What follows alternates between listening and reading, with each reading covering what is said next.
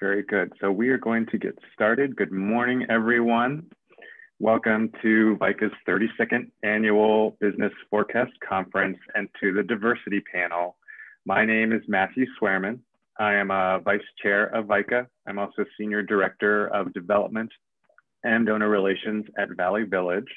And prior to moving to Los Angeles, I was a member of a great community band called DC's Different Drummers. It was an LGBTQ community band that built awareness about the community and also LGBTQ issues. Was member for 12 years and president of that organization for 2. And I am your moderator today. I would like to first begin by thanking our track sponsor for both the energy and diversity panels, California Alliance for Renewable Energy Solutions, and our panel sponsors for the Los Angeles Rams and Saybrook University. So thank you to our sponsors. I just want to point out that the biographies for our panelists are already in the journal and online. So I'm just going to make some brief introductions so we have more time for questions at the end. We have joining us today, Dr. Theopia Jackson, who is Program Chair, Clinical Psychology with Saybrook University. Welcome, Dr. Jackson. We also have with us today Capri Maddox, Executive Director of Los Angeles Department of Civil and Human Rights. Welcome, Capri. And we have Jacques McClendon, Director of Player Engagement with the Los Angeles Rams. Welcome. And I know that everyone watching will be giving great rounds of applause for you all if we are all in the same room. So soak it up. Okay, as the nation grapples with important discussions related to addressing racism and inequality, lawmakers and businesses and other organizations are seeking approaches to create and foster sustainable and meaningful change. Today, we're going to talk about how can these groups promote professional environments that nurture diversity, equity, and inclusion, and ensure a long-term sustainable approach. What will be some of those short-term and long-term and other impacts we may see as we work toward a more equitable and inclusive society and workforce? I'm going to give each of the panelists a couple of minutes to make an opening statement to get things started. And then we're going to ask each of you a question, and then we'll open it up to questions from the audience. For the audience, the best way to ask a question of our speakers is for you to click on the link below in the chat in the Zoom, and then you can type your question so that the speakers will see and can answer. Or if you want to stay on Pathable, please send your question through the chat box on Pathable, and the VICA staff, in this case Armando, will get that question over to me. So at this time, giving you each 2 minutes to give a brief introduction and allow you to, then we'll go into the conversation. So Dr. Jackson, your background in psychology, cultural equity is a unique, I'm sorry, I'm jumping ahead. Feel free to give your brief introduction. I'm so sorry. It's okay, no problem. So first and foremost, thank you for this invitation. I'm excited to be here with this panel, with my panelists, and I'm proud to be representing Saybrook University. So I want to appreciate VICA for the vision and the opportunity. I think for me, what I want to first say is to be clear that where we are today is nowhere new. This has been an ongoing situation.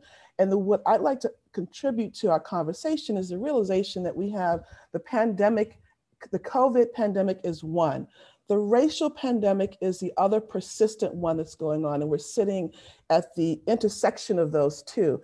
And the issues that are hitting the global platforms now have been persistent within our America. And more specifically, I'm very much interested in broadening the conversation to really think about how issues of racism have also impacted, quote, the perpetrator, whomever is in the perpetrating space versus the one who's being victimized. I'm also wanting to broaden it beyond individuals and really looking at the systemic pieces and how it has affected the foundations through which many of our disciplines and our workforce are grounded upon. Because it's because you have good people in not so good situations that promote the kinds of actions that we're seeing across the board. So I'll stop there to allow my colleagues to come in, but those are the foundations for me, is how do we look at this in a more systemic perspective, as well as individual, and recognizing that we all are affected. This is not a problem that's just happening to someone else and another group gets to save them.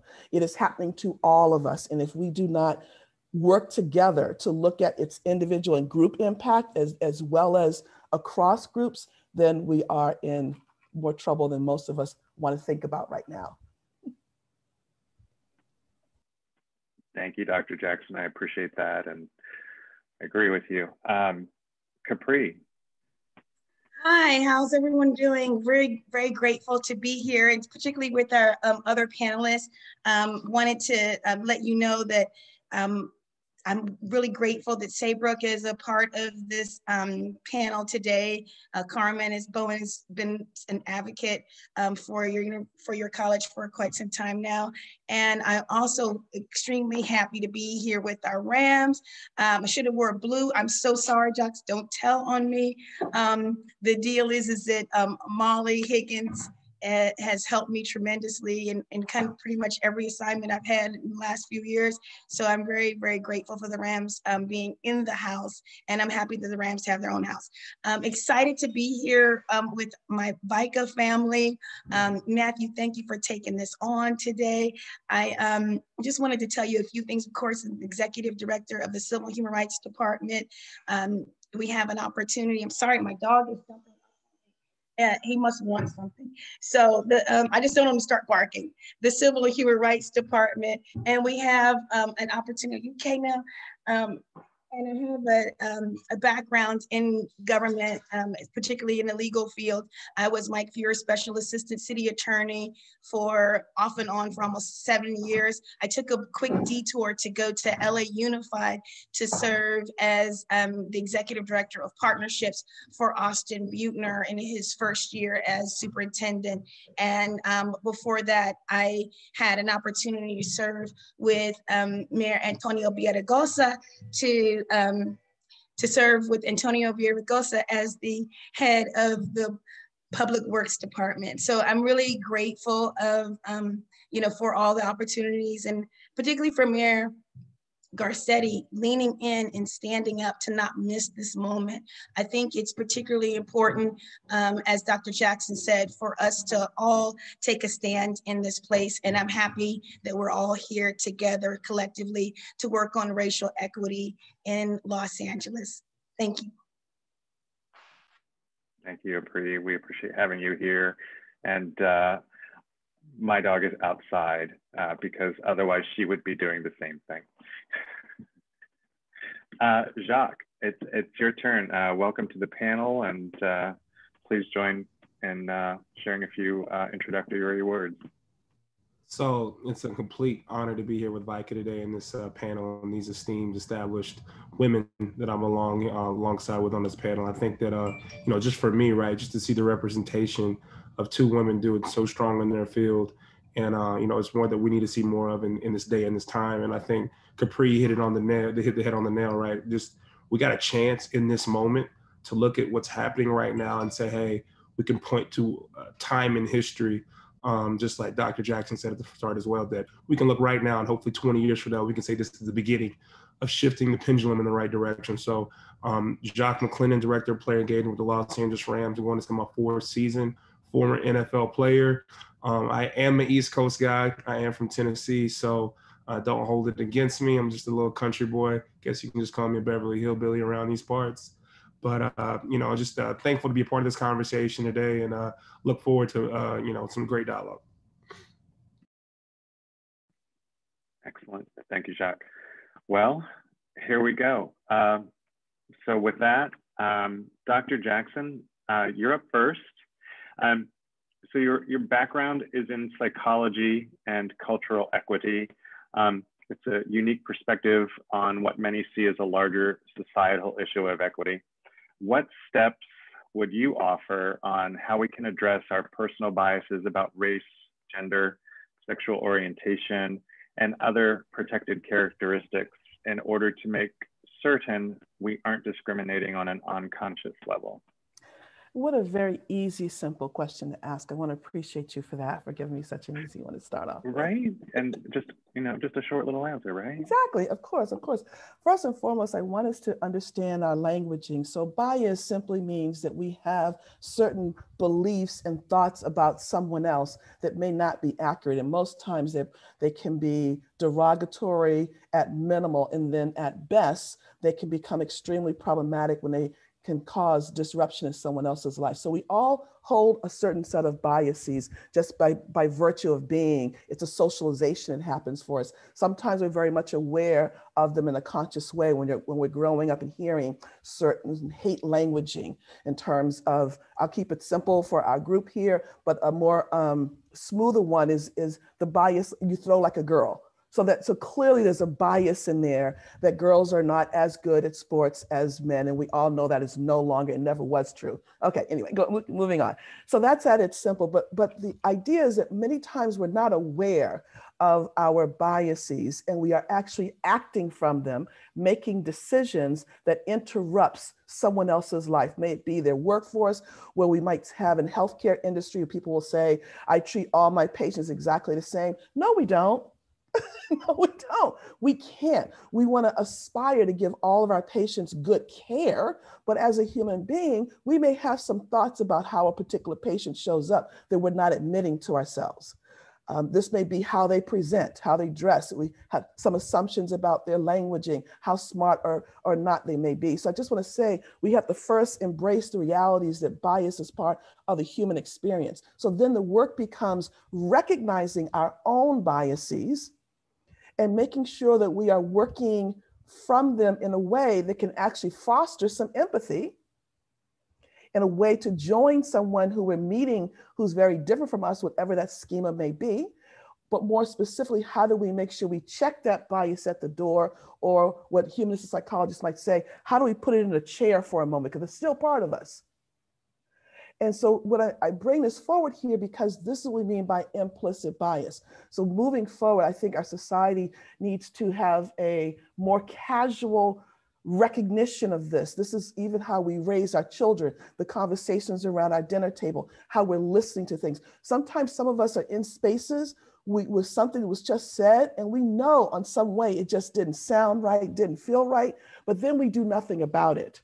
This needs to be, if we could move towards a more humane way of saying, can I stop for a minute and check in? Because I think I heard this, and this is what came up for me when I heard that. So we have to find a way to have what I call courageous conversations around areas that are sticky for us to talk about, because this is the real cue and the foundation to making transformative and impactful changes, because we can manualize and provide trainings and give people all kinds of toolkits, but until the individual embraces it and makes it their own, then we're just asking people to go through the ropes as opposed to owning the process. And it's when we own the process individually and collectively that genuine change can really happen. So I'm going to start there. Before I move on, I just want to check in, Capri or Jacques, curious if you'd like to add anything to what Dr. Jackson just shared. I think Dr. Jackson really covered it very well. Thank you so much for your leadership in this space. No chance I'm going to try to follow that up. No, we're just having very good conversations, and more specifically, I know that the listeners have a lot to contribute too. So I would invite you to actually use that chat room and share that and whatnot, because this does need to be a collective conversation. Each of us bringing the best of who we are. We are in uncharted territories. This is not the civil rights movement. This is the next chapter. So we do not have a blueprint for this moment. And so as we move forward, it will require the best and the brightest of us. So let's be generative and creative and see what comes up. So I'm offering this idea of, as I said, more casual conversations that are going to be clunky for us to jump through. I wonder if that resonates with the listeners. I mean, how could you see this happening in workforce settings? Can each of us think of a moment that we might want to do a redo or a takeover, where you can say, what, wow, when she says that, when I think about such and such a moment, I wonder, what could I have said differently? How could I have done something differently that may have helped us all have more insight as to how bias might be at play here? I actually think that's a good segue, Jacques, into a question we have for you.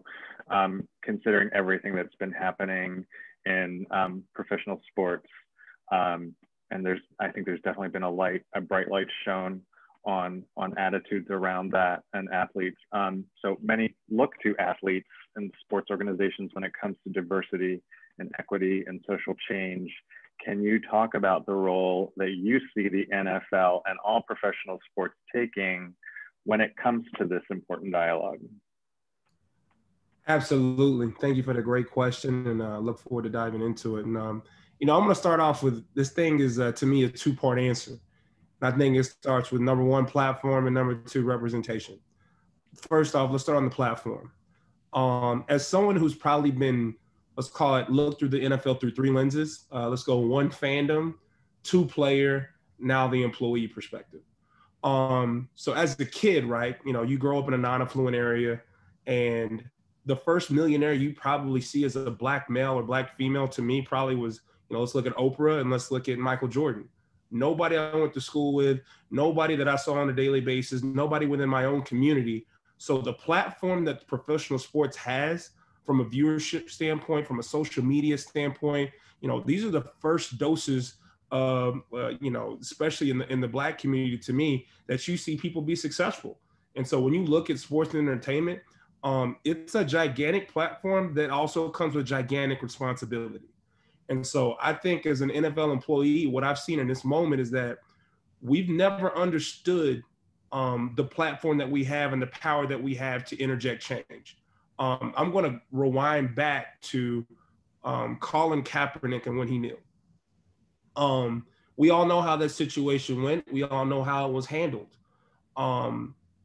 Let's fast forward to a couple of months ago, and Roger Goodell was online saying, in an interview that, hey, maybe we should have paid attention to the players more. So in just that amount of time, the NFL has even changed course on how they view the situation and how they should handle it. And I think that's a move in the right direction. So I'm going to take an optimistic view that, hey, the moment has given a little bit more visibility to what's going on. And there's a lot more people trying to step up, have the right conversations, and to interject movement in the right way. So, I'm optimistic, I'm positive, but the job that sports has is to stand up for what's right. And what's right is for humanity. What's right is for people of all colors, people of all sexual orientations, people of all genders, to have equal opportunity. And we have never lived in a meritocracy, especially in sports, which is definitely the epitome of the old boys club. And so we have to get to where we are creating diverse pipelines and using our platform to, project what is good. I think one thing I love, and, Capri talked about Molly Higgins already, a lot of the things that we do in the community here is that we're touching the people that truly need it.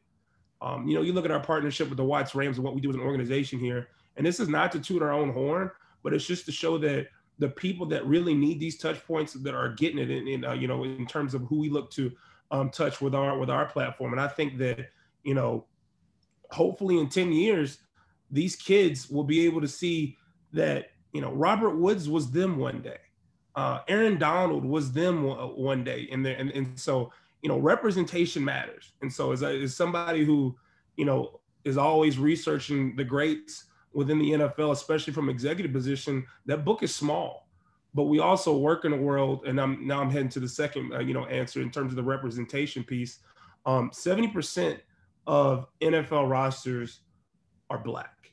Yet when you look at front office executives, when you look at head coaches, when you look at general managers, when you look at executives across the business side, not to say it needs to be 70% Black, but it's skewed the other way in such a way that's very sobering. And so from a representation standpoint, we need to practice what we preach. We need to develop diverse pipelines to where you're seeing young graduates, young kids, young women and men of all colors, all sexual orientations, all genders, with the ability to have pipelines and opportunities to grow. And so I think that the NFL is trying to hold the torch and look, how can we be the change? We understand that, you know, there's a lot of eyes on us on Thursday, Sunday, Monday, and this year, Tuesday. And with that gigantic platform comes gigantic responsibility. And so I think that we as sports leagues have to step up and have these crucial conversations, but not only have the conversations, but practice what we preach. You know, I thought one of the best leagues to me in the social justice space is the WNBA. Women's sports are some of the most oppressed and you know, least talked about subjects. And I saw so much momentum built within the WNBA that should have been, you know, viewed a long time ago. But you look at Maya Moore, took a second out of her career to get a man that she believed was innocent out of jail.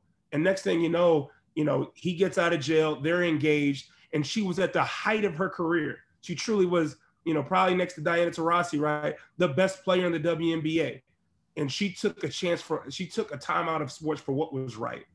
And, you know, you look at the WNBA and what they did with the back of their t-shirts. You look at the orange hoodies that the NBA wore to even support them. The WNBA, to me, more than any other league, has been at the height of change for as long as anyone else has been. And that's what it should look like, right? I think that's what we're learning now, is that we have to take a pause from sports and use our platform to talk about what is right. And what's right is, how do we, you know, move forward with humanity in such a way that we're creating a meritocracy for equal opportunity for all. So, you know, just like I said, I feel like that answers two parts, and representation and platform are the two things that we have to understand that we can control and we have controlled, but also that we need to step up and use that immense responsibility to show what's right.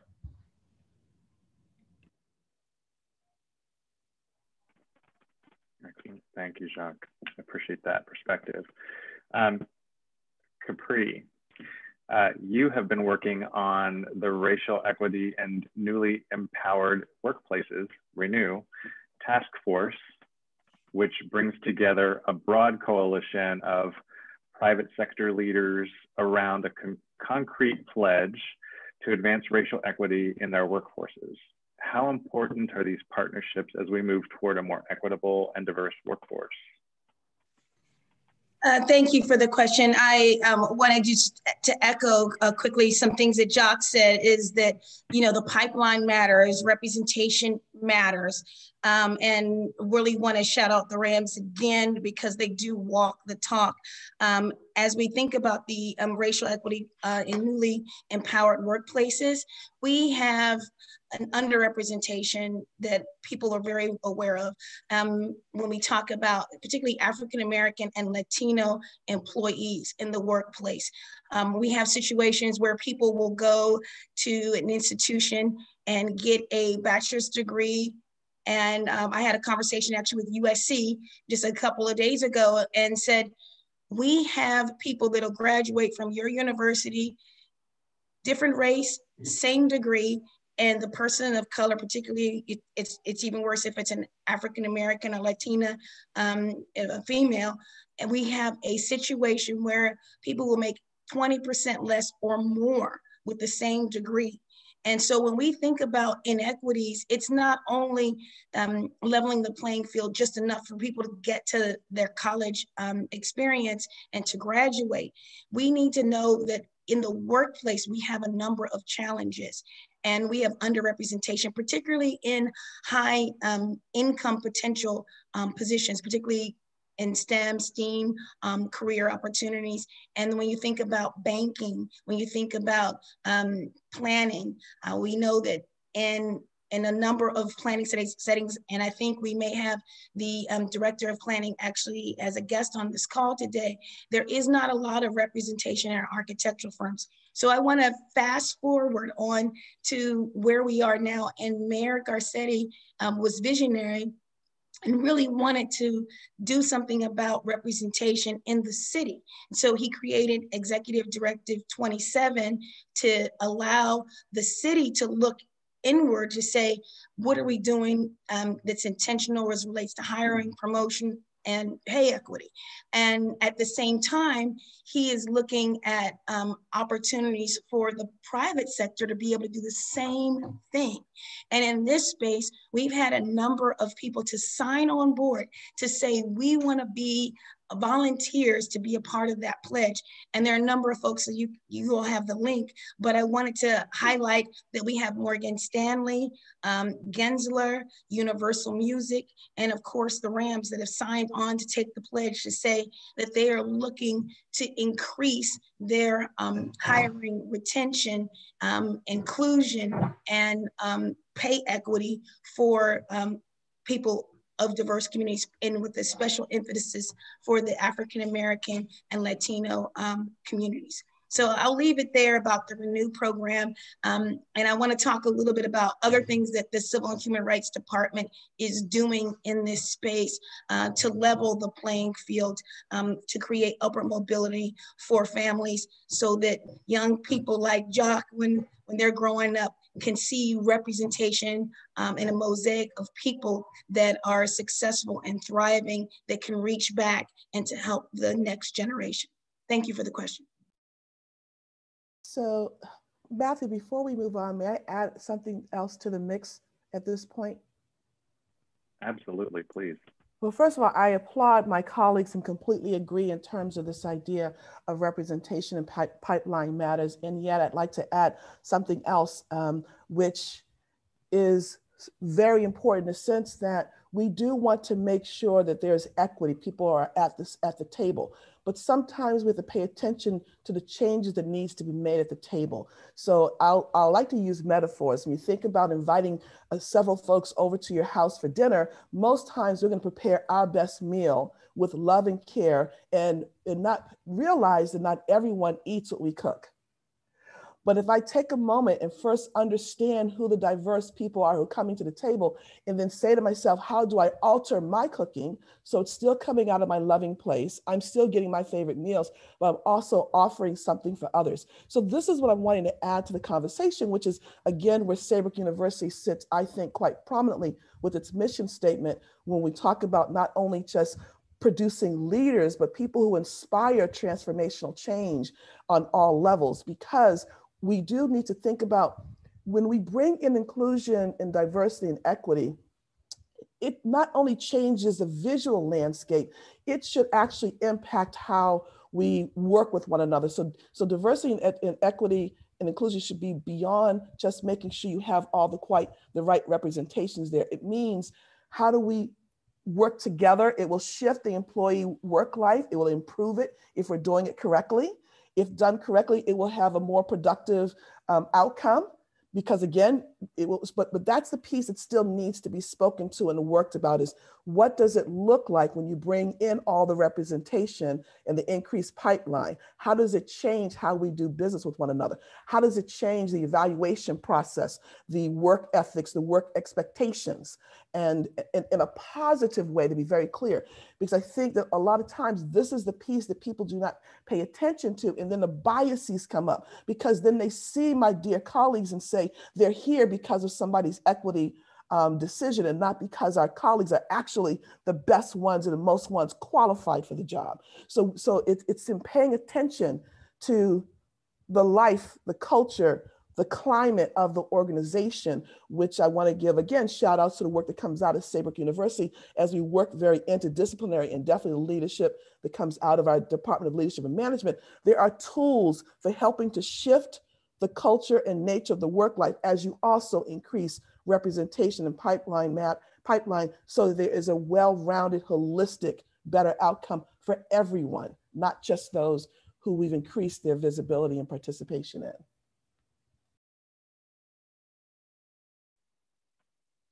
That's a very valid and welcome point, and I appreciate that. And I have two ways I can go here, and I'm looking at both that because they're both great tie-ins, and I'm going to start with one here. So based on what we just talked about, what you both just talked about, in addition to the Renew Task Force, what other efforts and initiatives do you want the audience to know about, and what role they can play? All right, I think that's directed at me, the Civil Human Rights Department. I am super excited about the department. It's actually broken into 4 pillars. And some of you all have that document in the link, and you can also go to our webpage.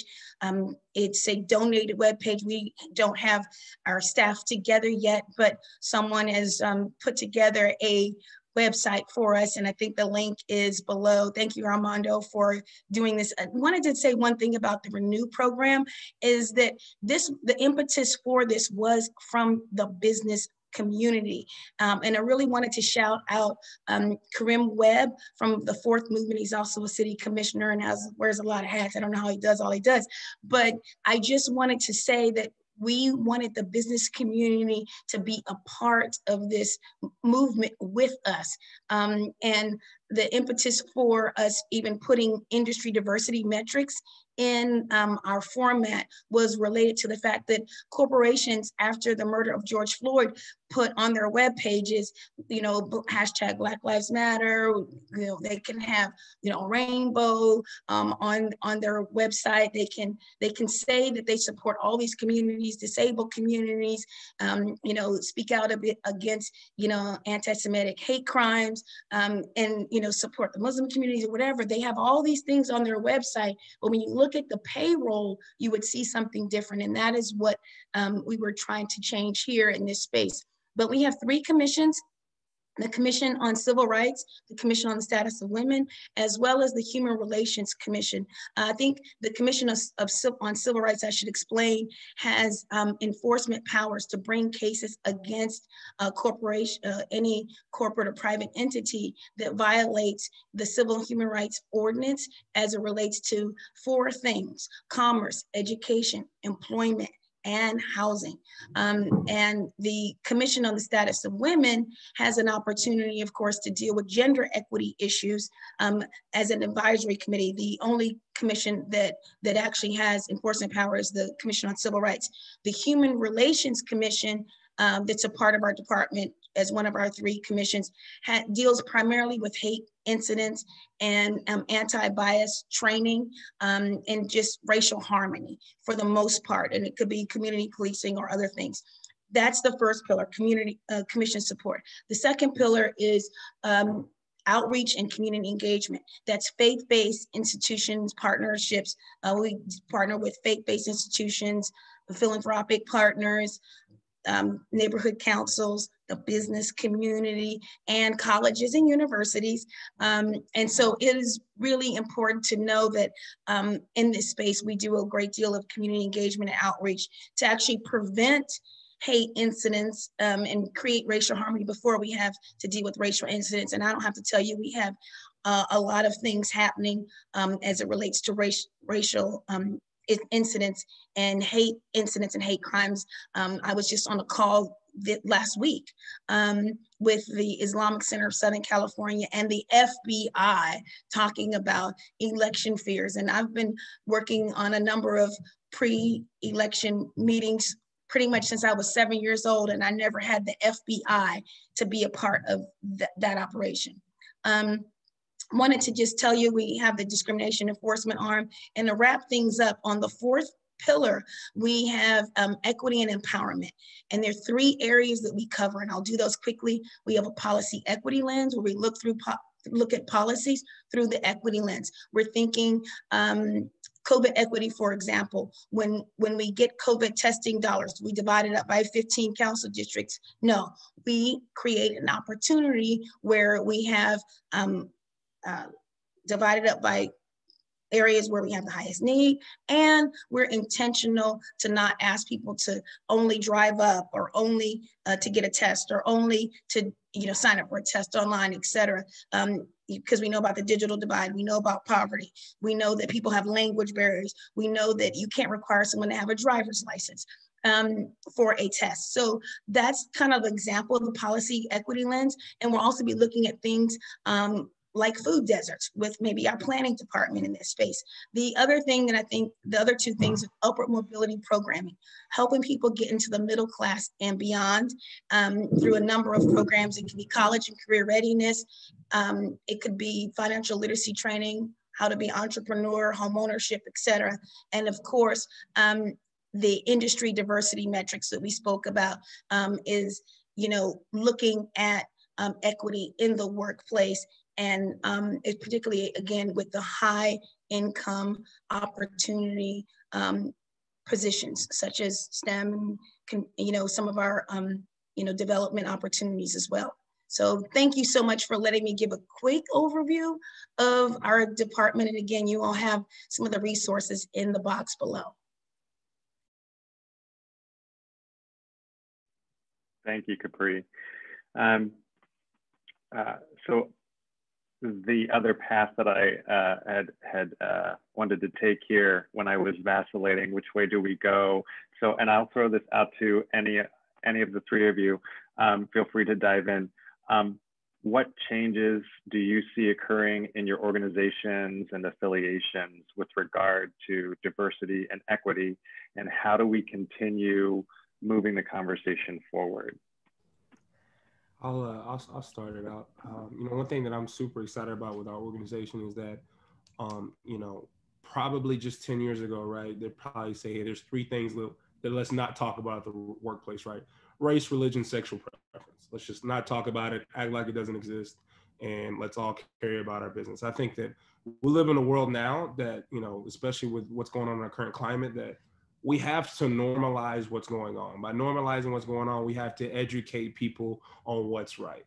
And so what I'm super excited about within our organization is we have started an Inclusion and Diversity Council so that we can learn on how do we create that sense of belonging within our organization. Well, you have to listen to the key constituents, which are your employees. And so we have leadership that, is super empowering by the way they hire and the way they, give people their roles and let them go dominate it. I think it's very encouraging to see them step up and say, hey, let's see where the holes are so we can evaluate accordingly and change for the good. And I think that's a brave, bold, and much needed move.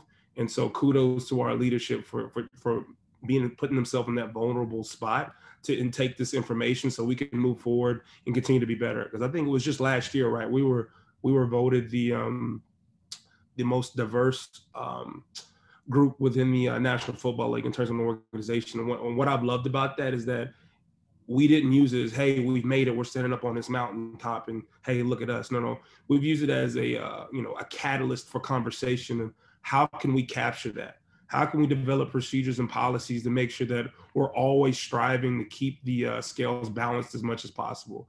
So to me, when people are talking about how can we change and how we can be sustainable, you have to build a system to capture it. You got to put procedures and policies in place so that there's always equitable and inclusive opportunities available, and that you're targeting strategically on where your shortfalls are coming from. So I'm just appreciative to work for an organization, right, that values people, values humanity, and is trying to do what's right. And nobody perceives there to be perfect. We're not perfect, but we're always striving to be better. And to me, if you have a leadership group that is always looking to do what's right, what's looking to do better, and it's positioned from a pure heart standpoint from humanity, you can accomplish a lot. So, we won't change the world in a day, in a week, in a month, in a year, but we can take a step right now to continue to build sustainable success over time by creating conduits of conversations and policies and procedures to ensure that we're capturing that so we can map it out over time. Wow, that was beautiful, Jacques. And wow, I commend you and the work that's being done within the organization. I would say for Saybrook University as an academic institution, first and foremost, I want to be very clear, it was born to do this work. It's coming up on its 50th anniversary. And as I mentioned to you, our mission statement was just this: regardless of the disciplines that we're teaching, and we have a wide range of them, we approach this work from an interdisciplinary place. So we have clinical psychologists who are already learning as they're gaining their skills, also transformative social change skill sets and leadership so they can combine those. We're interfacing across the board in that way, because what it does, it positions our students to be the change that they're meant to be within their organizations and systems. We're honored that we tend to attract those types of a lot of us would say non-traditional learners, where they're already doing this work out in the world, and they come to Saybrook because they are able to expand that, to do the kinds of things that was not on the radar before George Floyd. Okay, so we've been doing this anyway. And I also want to applaud the leadership of Nathan Long and his vision, and definitely bringing in the powerhouse of Carmen Bowen that many of my colleagues have already come to know here, because I sit here as part of the evidence of Saybrook's commitment to its responsibility to the global and internal change. So the way in which we approach our degree programs has already fostered these types of principles. We've already been struggling with these kinds of conversations of what does it mean to be a clinical practitioner when sometimes our therapy in of itself can inappropriately cause more harm than good around these issues of race and disparity. So that's a very intentional thing for us to be doing. And this is true for our others. We've been having we've had diversity luncheons for a very long time. We're engaging the public and ourselves around critical conversations. And now we have launched our anti-racism collaboration like most other institutions. But more specifically, what I really want to underscore here is that we have always been actively engaged in service with communities. As a matter of fact, Dr. Long has positioned us to be part of Global Voices for Change, Policing Communities and Common Good. This is the international conference that's coming up in January. And again, you'll hear more about that. So I'm not the best one to list all the accolades because I will defer that to Queen Carmen Bowen. But the point I want to make here is that we are living our mission and are ready to do this work. And yet it has been muddy. These have been very challenging conversations. It's not easy to do. My colleagues are listing beautiful points. You can hear the bullets, but each of those come with struggle. Each of those come with leadership making a commitment to say, I'm ready to roll up my sleeves and get in here with you. That's the only way this can happen. This is not a grassroots up approach within organized systems. It must be dedicated time from leadership and a willingness to self-reflect, to really look at our institutions and see what changes we need to make, to see the ways in which our best practices somehow may have been inadvertently contributing to the lack of representation, or more specifically, that as we put all these statements out there, what I love is that Saybrook is also looking internally. So I would say to my constituents here, as you're positioning your position statements, have you also engaged your own community to see how you're doing? And how do you listen to your employees and your staff and your leadership in a genuine way? And then, as I said, how do you join with your diversity, equity, inclusion committee so they're central and not something that's done off on a corner, but central in all that you do, from marketing? Because if people did that around marketing, we wouldn't see some of the very problematic marketing tools that are out there that end up being very offensive, and then a company has to go through reassessment, pulling it down and apologizing. That is evidence that something's happening within the system, that it's not checking itself. So that's why I want to close this again. A shout out to Saybrook. I really want to invite folks to reach out to us, because this is an institution that is open to bridging and working with others beyond academia, because we want to make genuine change in real world situations. So I just caused more work for Carmen and Nathan, but I know they're ready for it.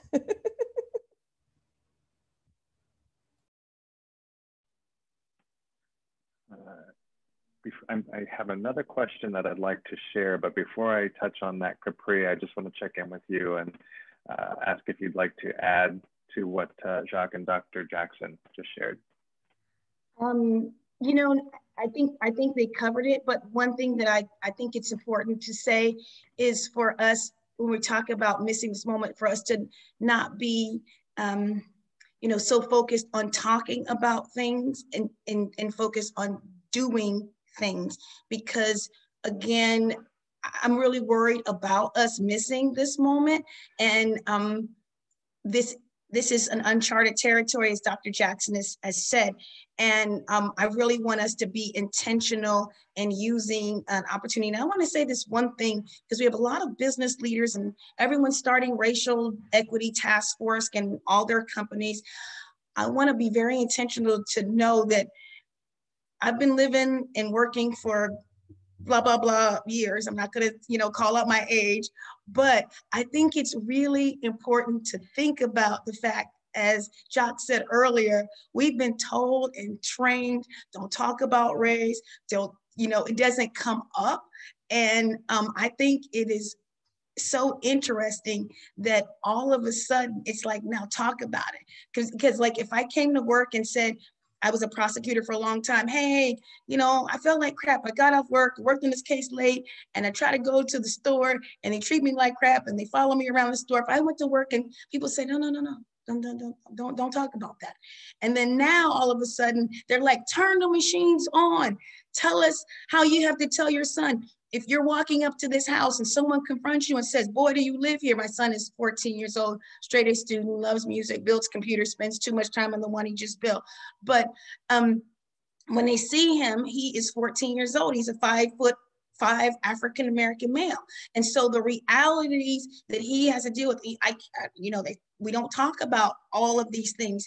And people don't talk about politics or race or equity issues in their, how many people in their family they're responsible for taking care of because they're the first generation person to go to college, et cetera. We don't talk about these things. Now, all of a sudden, just in an instant after working, however many years they've been working, they're all of a sudden told, tell us how you feel. So half the people in your organization, this is a heads up, half the people in your organization are like, I don't know if I should say anything. And then some people are saying everything, and they have people in their circle, they're like, dude, don't say anymore, because like in 6 months when everyone forgets about this, you're gonna get fired for saying, why you guys leave me out of that meeting all the time when I'm the smartest one in the room. So anyway, I said all that to say, I appreciate the people who are leaning in, but I also wanted to give you a heads up, and your employees can't tell you, so here you are, that's for free. And now I'll answer her question. Thank you, Capri. I just want to underscore that. Just thank you. All right, Matthew, what's the question? So I think that's I wish we had more time just to talk about that, because we could talk for a long time about that. But I do think that's a good segue into, we've talked about business and societal perspectives. So how can we look at diversity and inclusion from the government's role, from their perspective, and what do we need to be asking of our local, our state, and our federal government to make certain we advance long-term sustainable equity? All right. Easy question, right? Right. No, it is. When you think about, we already talked about hiring, inclusion, and of course, to use to the point of an analogy, it's a diversity is being invited to the dance, and inclusion is actually dancing. And so it is really important for us to think about that in government and to look at our numbers. And a lot of our private companies are looking at these numbers as well in the business community, and to talk about the Renew Pledge, not to harp on it, but just to give an example of what we're looking at in local government. Of course, the Renew Pledge is, a set of goals that we want to reach by 2025 in corporate America. And for those that sign on to the pledge, Black and Latino hires to increase by 30%, to increase the number of people in leadership positions by 16%, particularly those people of color or underrepresented communities. And in this instance, we're talking about Black and Latino folks, but I think that we need to look at all underserved communities, but because we have a dearth of representation, the focus was on Black and Latinos for this particular assignment. And I think, thinking about 100% pay equity, looking at what we do with our vendors and vendor resources, what you do with your marketing dollars. We want to ask businesses to take a pledge on how they want to increase their numbers with the vendors, or their marketing spend, business development spend, and then also to think about their charitable giving to equitable causes. And so as we've asked this of the business community, that is something that the city is looking at as well with executive directive 27. And I think we have Reverend Donisha Beavers, a volunteer with us, that can put that in the org chart, the executive directive 27. And it might actually be in the renew documents that we sent you. So that's what the city is doing on our side. And of course, we're not going to ask the business community to step up in all of these spaces in the 6 areas that I just mentioned, and not on the city side do the same thing. So we do have a racial equity task force within the city as well, with all city departments represented to talk about equity and how we will improve our metrics as well. So thank you for that question. If I can add a little bit, because again, my dear colleague has spoken quite eloquently about a number of different things. As a social scientist, as a person who's preoccupied again with how we relate and show with one another, I would say too that a lot of our legislation is trying to move in the right direction in terms of increasing access and also protection. And yet we have to be very clear, you cannot legalize somebody into their own humanity. And so therefore, I would say that there should be a more intentional partnership with psychologists and others as they're thinking about the legislation. So for example, a lot of our biases are informed by ignorance or lack of awareness, or more importantly, sometimes the wrong education, because we still have textbooks that do not tell the truth about people.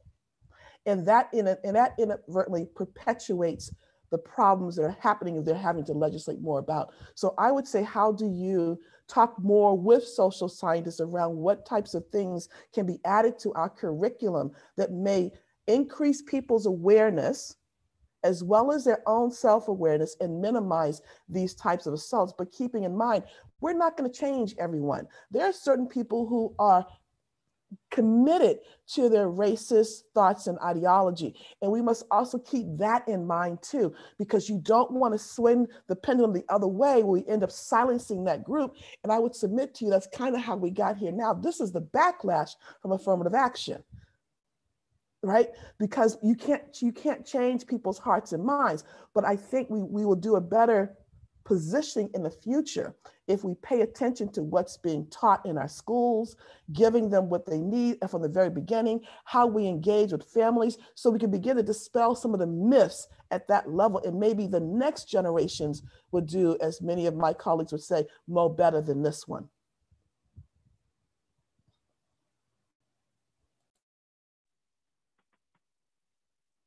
Jacques, I just want to check in with you and see if you would like to ask if you'd like to add anything to what Capri and Dr. Jackson just shared. No further questions, Your Honor. Okay, so I am going to ask another question to the three of you.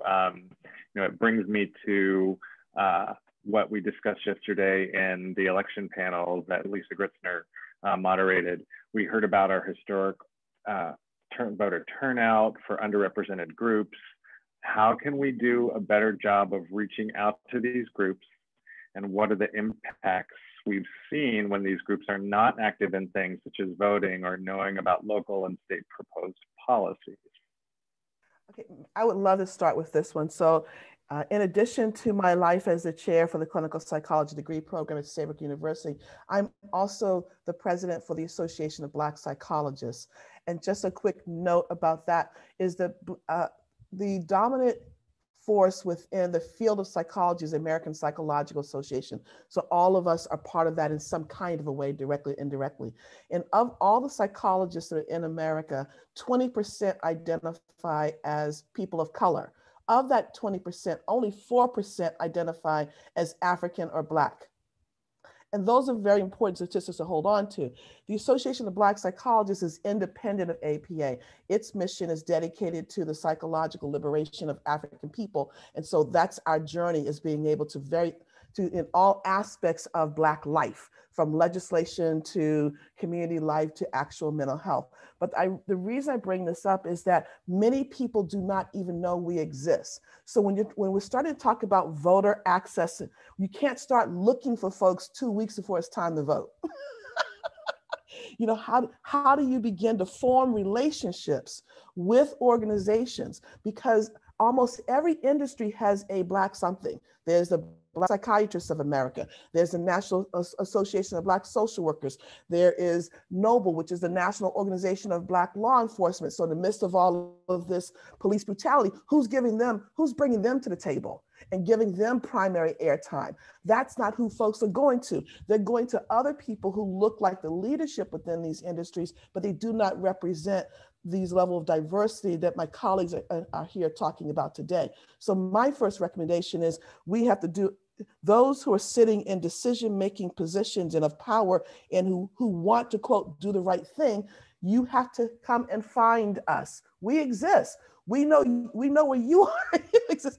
So work with the National Urban League, work with the Congressional Black Caucus, and more importantly, ask them who their constituents are. Because we are a powerful small force sitting in a huge big bubble trying to do deep work, but we do not have the same level of access and resources. And a painful example of that is ABPSI, which is the Association of Black Psychologists, is also in its 52nd year.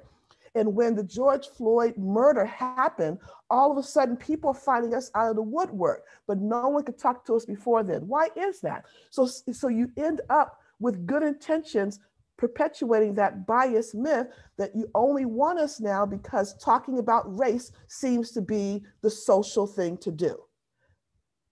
So when we're talking about voter registration and whatnot, you have to, there is, so for example, I don't know if our constituents who spoke today, because I didn't attend, I apologize for that, but if they're aware of something called Black PAC, BLAPAC, and then they too are dedicated on helping within Black communities to understand their rights to vote and do the voting. So I think, how do you form collaborations with community leaders and organizers who are doing this work 365 days out of the year, not just when a cycle is coming up?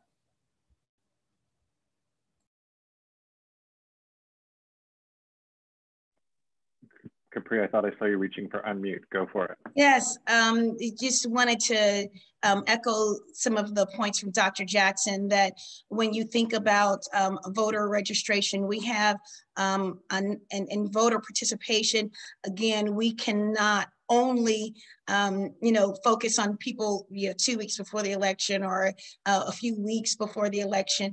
I think that we need to be intentional to keep people engaged at all times. There was a story on a KPCC story just a couple of days ago. It might have been an NPR story about the fact that we have some African-American men that are voting for the Republican Party now, and people said, "Well, how did that happen? It doesn't make sense." And one of the speakers actually said, "Well, they weren't engaged early on, and so now there's a quick draw to get them to the polls, and no one has checked in or had them involved in the process." And so I think it's very important for us to engage with people year round, and not just a few months before the election, any election at any time. And I just think that is something that is happening. Even as someone, I happen to attend First AME Church, and a lot of times, if you were a member, I happen to, of course, work in government, so I get to see elected officials on a regular basis. But when you think about it from the lens of the average churchgoer there, they see the politicians come in, this is pre-COVID, of course, the Sunday before the election, and then they'll see them the Sunday before election 4 years from now. And so the constant engagement, and also, like any relationship, meeting people's needs where they are, and not just waiting until it's convenient for you. And that's a basis of a friendship. I actually see Effie Turnbull Sanders, one of my friends, on the line. And so it's really important that you communicate with people on a regular basis, not just when you need it, because now the phones are ringing off the hook. Tell us how you feel. Tell us what's going on in your life. Tell us what your experiences are. And we've had these experiences for however long we've been living. So I really applaud that people are reaching out now, and I want them to continue to do so. but I also want us to continue the relationships with our elected officials and the voter process and the election process well before the election rush comes. So that's really just what I wanted to share. And to be even more intentional about that relationship, how do you provide resources so they can do the work that they're doing? And also, how do you counsel with them? Because you may also learn. This has to be a bi-directional experience. And I do want to give one example now that I have these phenomenal business thinkers on here. I am a corporate wife, and I can remember when my children were going through school that there was this program, which I thought was wonderful, where whatever dollars that we made when we were registering our kids for school, our corporation, my husband's job, actually matched that. Makes perfect sense, correct? Because all schools get a certain amount of federal dollars, but our school districts, because of the extra monies that were coming in, were able to put awnings outside the doors so the children were all cool.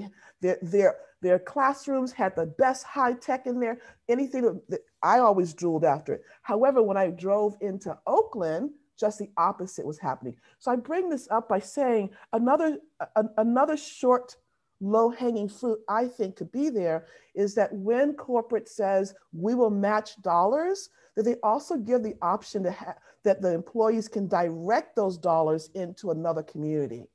Because if all of the corporate employees are living in one zip code, then you can hear the disparities that's going to happen. So I just want to offer that too as another way of voting with your dollars. I'll take the professional sports, angle with this one. And I think that, we have a responsibility to increase civic engagement through the normalcy of being engaged through civic engagements. I think that when you look at our population, and it starts as they're from when they're 15, 16, you're supposed to be in this tunnel vision of, hey, sports is the end all be all, and this is all you're supposed to do, all you're supposed to talk about. And this is the first time that I can remember that you've seen such a global participation from all the professional sports leagues in civic engagement. I was happened to be on the, some of the calls within our organization, and, our team president, our business offices, we said, hey, let's get all behind this, right? And it's not that we're pushing a narrative who to vote for, but we're pushing a narrative like, let's activate the power that you have that's been provided by you by this democracy of what we call America.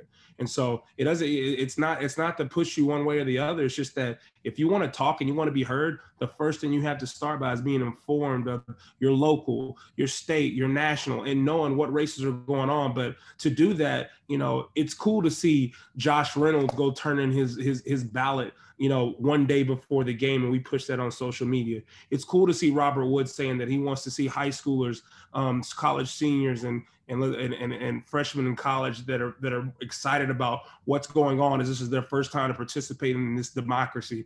And I think that that's our job.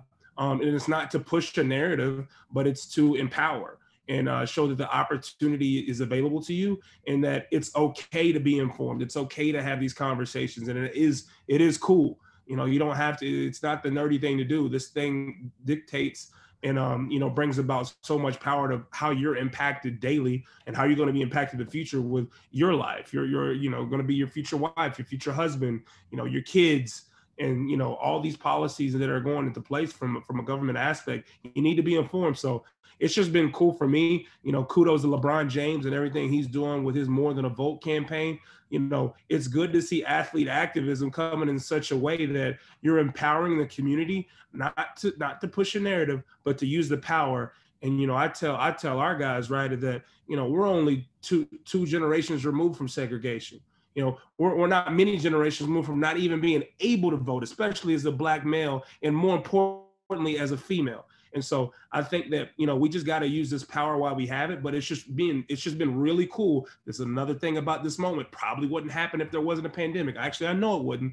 It's allowed time to stop, time to pause, and we're able to concentrate on what it's right, informing people on the power that they have and the inadequacies that are happening within this country, and how do we get better and strive forward as a community. So, I think it's just been cool for us to use that platform in such a way of activating and empowering civic engagement. That's beautiful, Jacques, because you're also reminding me too that this is more than a moment. This needs to keep going. I think that what has really happened too is several of us have woken up from a racial slumber. Someone, they said, oh, I marched, it must all be done. Or someone else came out at one point and said that we were in a post-racial state. Now, mind you, I don't know who and how they got the data to even call it post-racial, but someone called it that, right? So where we are in this moment, it should be our sustaining moment forward, that we should always be having these kinds of critical conversations in various halls, in various ways, because that's the only way we'll keep our thumb on the pulse of it, because it's going to change again. So we can't figure, no matter what happens as we move through this pandemic, we cannot get to a complacent state to say, oh, look what we just did after all of that. No, this is how do we continue to check ourselves so we do not repeat. We have to learn from the past lessons and keep moving forward. So this should be the standard practice. Football athletes should always be expected to take the lead in including civic responsibility. That should be the norm moving forward. So I want to applaud what's happening now, and thank you for sharing that, Jacques. And it's a model for all. I completely agree with you, Dr. Jackson. I think that we have an opportunity right now to look back 20 years from this moment, and we'll be able to call it one or two things. We'll be able to look at George Floyd's death, because we all know that's the activation within what we're in right now. We'll be able to say, hey, that was just a time of another time of social unrest, or it was a social awakening. And if we can say it was a social awakening, and it was a point in time where we started to swing that pendulum in the right way, and we saw that humanity moved forward in such a way that we wanted to be more inclusive and have more equity and more underrepresented minorities within this country, then we didn't miss the mark. But only time will tell what that's going to be. It's a process. It's not an outcome. It's a process. Ongoing procedures. Keep it going, check yourself, revise it, move it forward. The work that Capri has just spoken about, as these initiatives and people signing on, keep them signing. Okay, you've done this, now let's keep moving. What's the next level? This has to keep going. It's the only way, because our humanity is very complex. It changes. If we ever get to a place where people in this country of color, and particularly Black folks, can say, I can truly exhale, then let's be careful, because we might be setting somebody up next to be smothered.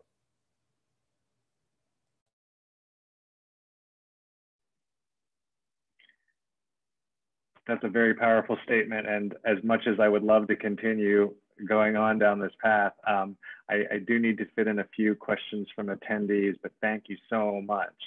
And I think this is actually a good segue. An attendee asked, is there a movement to balance minority player versus team management roles? I am glad you asked. I think that the NFL has picked up the flag, and they have hired a executive vice president of diversity and inclusion, Jonathan Bean, at the global level at Park Avenue, and I think you're going to see a lot of change.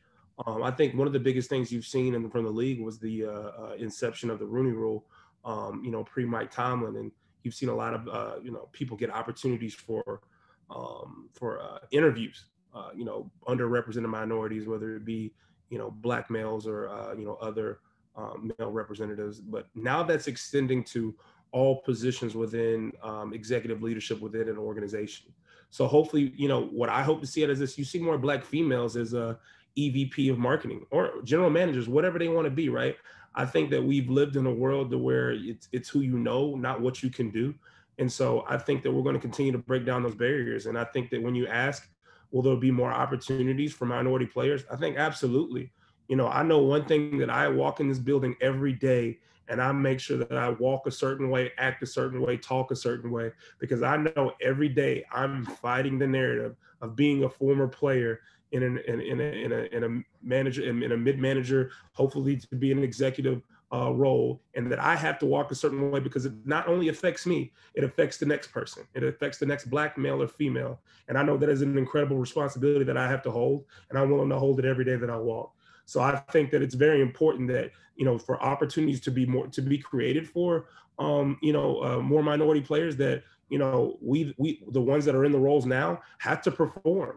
because what you do see is that a lot of organizations aren't just going to hire people because of their color. They're going to hire people because they want to be great. They want to do things in such a way that's optimal. And so you look at, let's go to the Washington football team. They hired the first in 2020, the first African-American president in the National Football League. And, you know, one of the best quotes I saw from his interviews, because I've been studying them and looking them up and, you know, really paying attention with how he's been handling this role, and he's been doing an excellent job. But the one thing that really got me, and I truly believe this is where we got to get to, right, is that, you know, we made this big grand announcement that we finally got the first African-American president, blase, blase. But the truth of the matter is, look at the man's resume. He was the best person for the job, no matter the color, no matter the gender, no matter the religion, no matter the sexual preference. Like, this guy was fully qualified. And so we're not at a point to where we have a true meritocracy, and people could see that, people could say that. And to me, that's the moment in time where we're at, is how can we get, hopefully in the next 10 years, 10 to 15 years, we're able to say, man, he was hired because guess what? He was the best candidate, and not because it was George Floyd in the moment of a social awakening. And hey, some team had to step up to the plate and make it just so we can say, hey, you know, we did it for the Black community. Because that's BS. Because I think at the end of the day, when I look at people like Wells Fargo, the Wells Fargo CEO the other day that says there's a lack of Black talent in America. No. The problem is there's a lack of people casting a wide enough net to find this talent. And so we gotta peel back the excuses. But most importantly, and this is truly what I believe, most importantly, the people, like I said, I view myself as having an opportunity.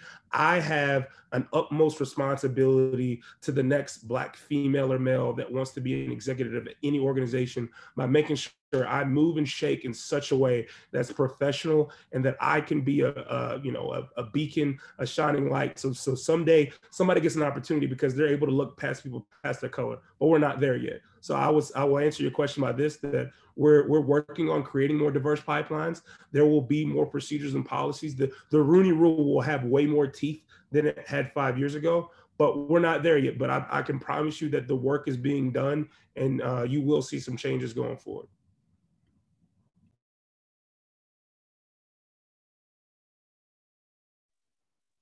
Thank you, Jacques. I really appreciate that. Sorry, I'm looking for the next question. We've gotten quite a few here, and there's one that I'm saving to wrap us up. But I do want to ask, how do we encourage our academic institutions to increase teaching civics, but especially through the lens of equity? So I'll start with this one since it's in sort of my corner here.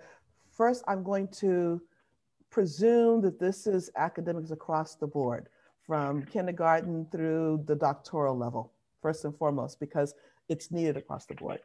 I would say that, unfortunately, I do think we have to start with that level, that idea of legislating it. It needs to be at a highest level with dedicated dollars so that the systems themselves have the resources and times they need to do this. That's because that's the only way that they get it sometimes, because there's so many competing things that are out there. Secondly, I do think too that there are a number of institutions, and I put Saybrook up there at the graduate level, but even across all of the, from K throughout, there are a number of institutions who've been doing phenomenal work in producing excellent scholars while also producing excellent human beings. The blueprint exists. It's not in our public education because the public has had so many other weights to carry. And as I said, they're the ones who end up losing certain dollars and time and space to address everything else because they've got these other dominant themes and responsibilities going. So at the legislative level, how do we look and get the best of what's already been done, and then legislate it in and fund it in and provide the resources and the time for it to happen? I personally think that's the best way it's going to happen. Capri, go ahead.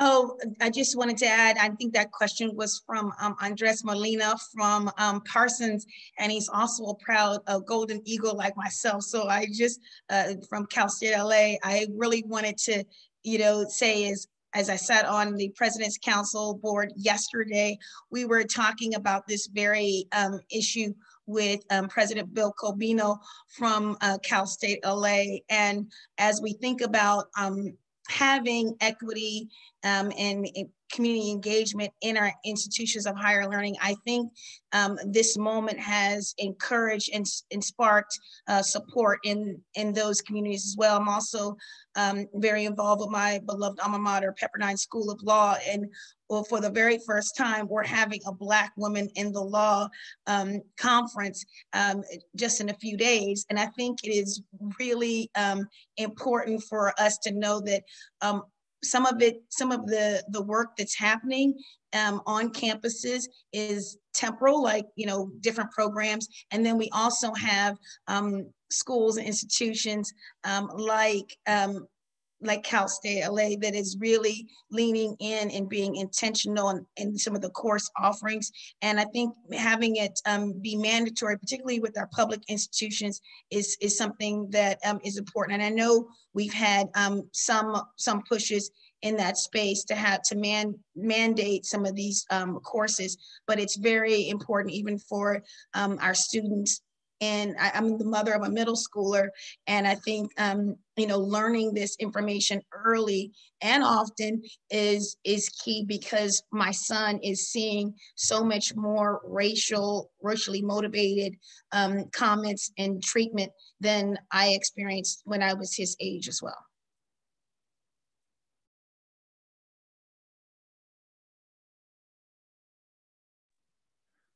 So I'm going to ask one more question, and then I'm going to end with another question that's kind of going to be able to wrap up with your final thoughts. Sound good? Okay, so what type of economic policies should VICA be advocating for that can be most impactful? So I guess I'll start by reiterating what I just stated, right? Which is lending itself and its dollars and its leveraging its power around implementing these types of changes, so that we're paying attention to the civic development, the emotional, psychological development of our children, K through 12, and then also at the graduate level too, so that we are producing professionals and adults who are ready to move all of our industries forward, so that these types of conversations are less needed and they're more about grounding as opposed to trying to create and make. I'll just piggyback off that as well. I think that, when I hear a question like that, I think of, you give a man or woman a fish, they can eat for a night. You teach a man or woman how to fish, they can eat for the rest of their life. So I think any policy that could help move the needle forward of, hey, you're not a victim of your zip code. You're not a victim of the circumstances of your parental household. I think that, the one thing that we can affect is the education system. And so what things can we put in place to where the next Capri Maddox, the next to Dr. Jackson, the next Eric Garcetti, right?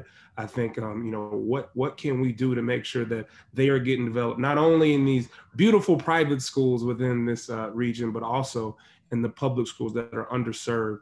And as we know, as we talk about the digital divide and what's going on with the pandemic, the gap is going to get even bigger. So there's going to be more work to be done. So let's just always remember the people that really sometimes can't affect their circumstances because they're not old enough to be able to do that, are the ones that need it the most, and also are the ones that are still moldable in terms of making sure that they have opportunities to be successful. But I just want to piggyback on what Jacques said too, because it's important to me to keep things in relationship. So just like the population he's spoken about who need all of that, I want to be very clear, our affluent children need all of that as well too. So we should not want, when I can walk into a predominantly white private school and see diversity on the walls, but not see diversity in the classroom, we're getting a little bit closer.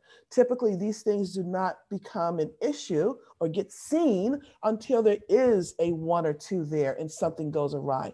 That's what we're saying about the civic space, is that we have to pay attention to the molding and the messaging that we want to give to all of our children, regardless of their zip code, because we do want those who are in certain situations to understand that those are their situations. It's not what defines them, because our children are not at risk, they're at potential and at-risk environments, but their counterparts must also know that those children are at potential and at-risk environments. I don't want them to look at my little brown or black grandchild and say, oh, they must be here because I have to make sure I help them out because they came from another zip code, or this person has a job because of affirmative action or because of the outset of equity. That's what I'm trying to say. You have to change that mindset. It goes back to the bias I spoke about when we first started in the beginning. So all the children need to be exposed in such a way that increases their own humanity for themselves and for other children as well, and a civic responsibility to one another.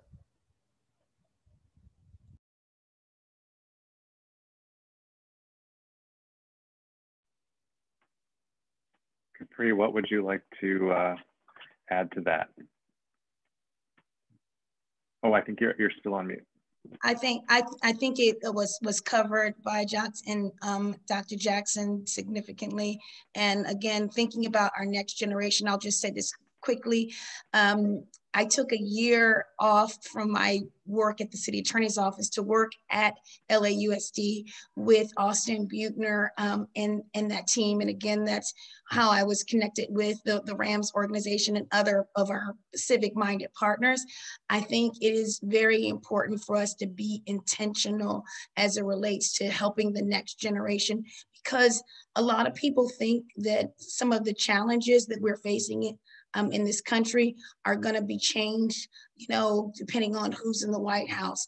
And I think that this moment, if we can call it a moment, it's going to be a lot longer than just a quick moment, actually just unveiled some of the things that were underlying in America. And I want us to definitely be sure to know that it will take us at least a generation to even get back to where we were pre-2016. So I think investing in this and changing hearts and minds for the long term is where we all need to be committed, because as Dr. Jackson said, this is not a moment really, this is more of a journey.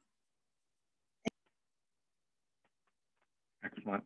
So we just have a few more moments to go, and in terms of final thoughts, there's a question that came up, and I think this is a good way to wrap up this part of this panel and get your final thoughts on this question. And it relates, I think, back really well to something that Dr. Jackson said about, or maybe it was Capri, one of you said something about, you know, we're talking, but we need to act. So the question is, you know, we're all very aware of the tremendous amount of division we're currently experiencing as a nation. What do you think, what do you see as the number one way that we can start to bring people together? How can we act as individuals? So I can start. I do want to be clear, that was our dear colleague Capri who very graciously brought that in. But I want to set the context, because for me, I appreciate the question, but I want to invite the viewing listeners to consider there is no one way. That is part of our challenge as Western thinkers. We want to fix something. Okay? We want the number way of doing. And I'm not convinced that's the most helpful approach here. I think that there are multiple of things that need to happen all at one time in order to affect global change.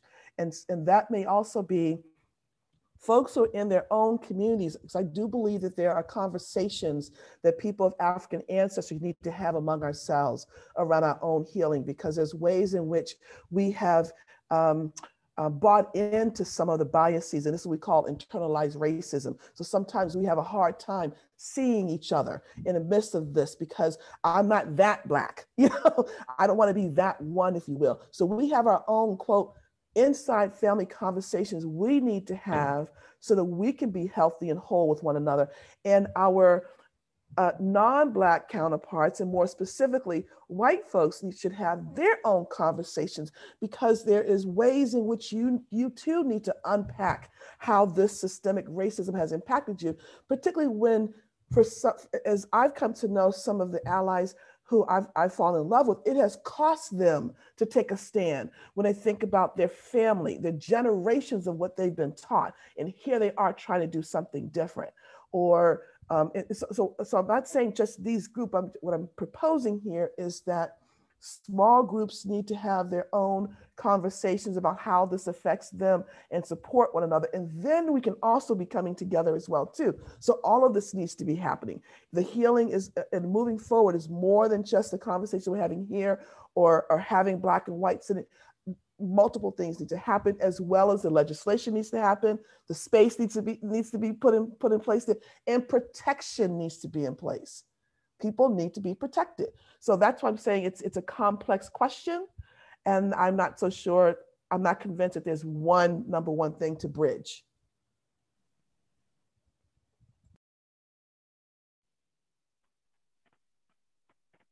Capri, final thoughts. I think anyone can make a difference, and everyone should try. We have that quote from John F. K. Jr. I think it is really important for us to think about, where do we have a platform? Where do we have a place of privilege? It could be in academia, like Dr. Jackson. It could be with Jacques as, the face of the Rams. And I know we also have, a number of partners that help in this space. By the way, wanted to shout out Maria Camacho, I saw on the call.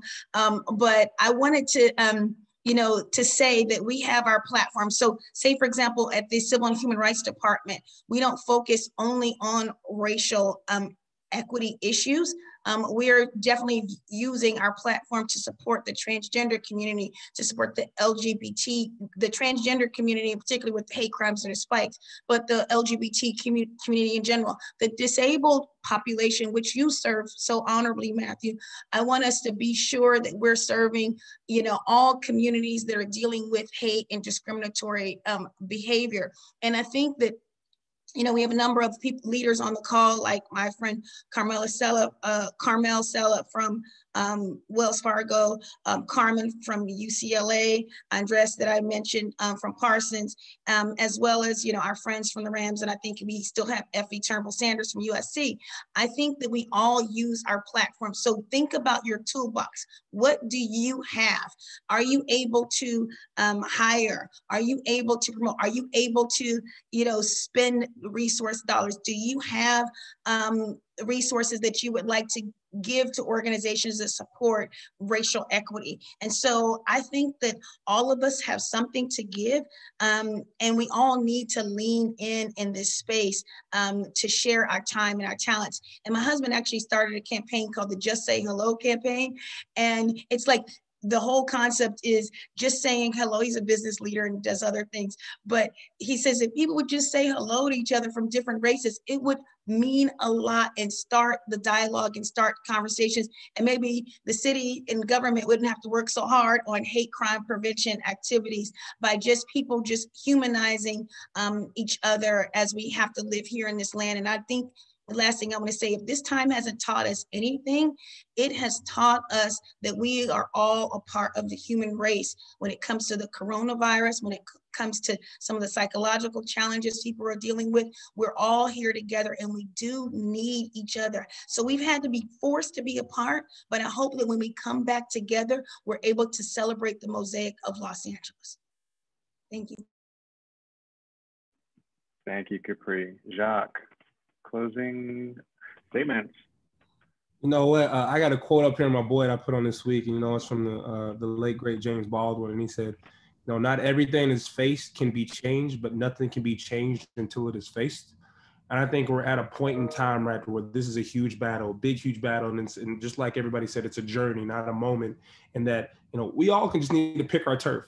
And if you make it too big, it's going to be overwhelming. But if we do our little part and choose our one little thing, we can all interject change in some form or fashion. And I think most importantly, this could be just as small as you know somebody that says something that is not just or not right, whether it be racist, whether it be anti-Semitic, whether it be whatever in terms of humanity, you hold them accountable.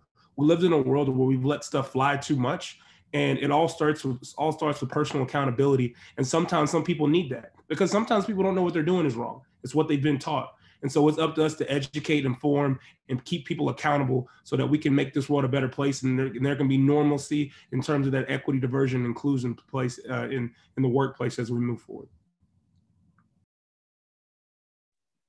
Thank you. Thank you.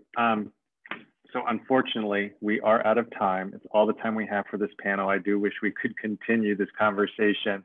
I want to thank all of the panelists, Capri, Maddox, Dr. Theopia Jackson, Jacques McClendon, for participating, for sharing your wealth of knowledge and your experience.